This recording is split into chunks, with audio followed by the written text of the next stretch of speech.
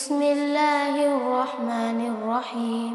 ইন্না আনজালনাহু ফি লাইলাতুল কদর ওয়া মা আদরাকা মা লাইলাতুল কদর লাইলাতুল কদর খায়রুম মিন আলফি শাহর তানাজ্জালুল মালাইকাতু ওয়ার-রূহু ফিহা বিইذনি রাব্বিহিম মিন কুল্লি আমর সালামুন হিয়া হাত্তা মাতলাইল ফজর। সাদাকাল্লাহুল আযীম।